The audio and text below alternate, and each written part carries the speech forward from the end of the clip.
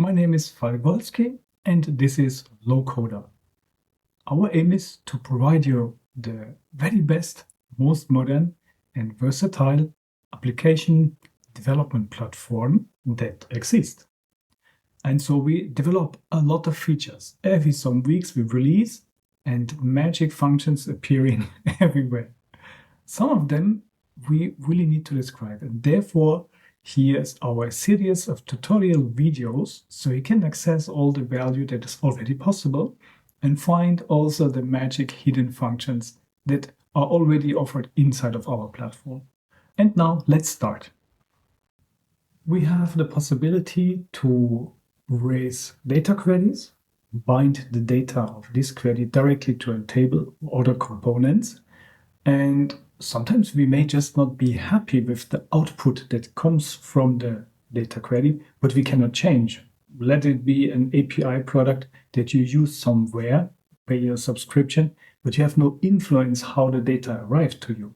So then the wish appears to change the data locally to adapt it to a display that you would like. Just an example, we have an API based on GraphQL that gives us contains country data, and we cannot change that. We just can accept the data as it is.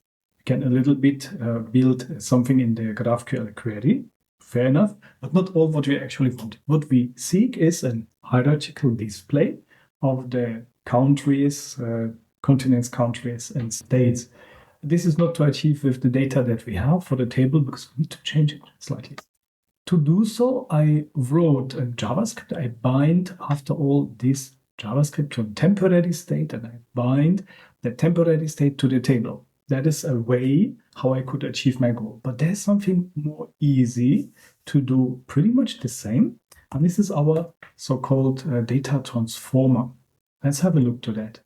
And data transformer will react to your data query, and whenever this data query is executed and successfully giving you data, in this moment he will automatically execute some JavaScript so you can manipulate the data that you have, and you can then bind the data transformer directly to the table. So you're safe in step and you don't need an extra temporary state, for example.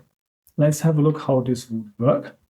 I just copy the JavaScript that I have, and you see here the data query from the countries data would trigger this JavaScript.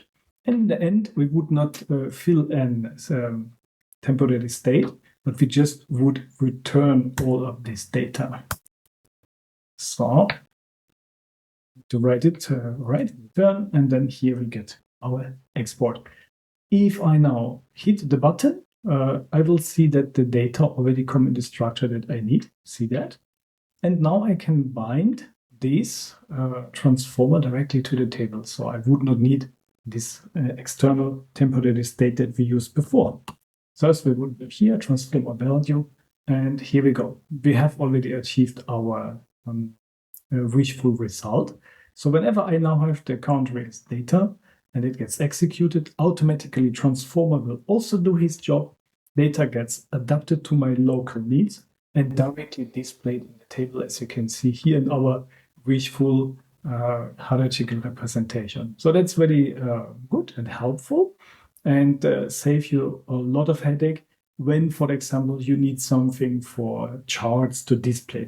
Not often data fit exactly to the format that a chart would expect, or a table that you want to display, or any other component that has some special needs, how the format of data should come in. You can make use of this data transformer. We hope you enjoyed these tutorials, and if you like it, please like it. Share it with your colleagues, with partners and other people that may be interested to create apps really fast.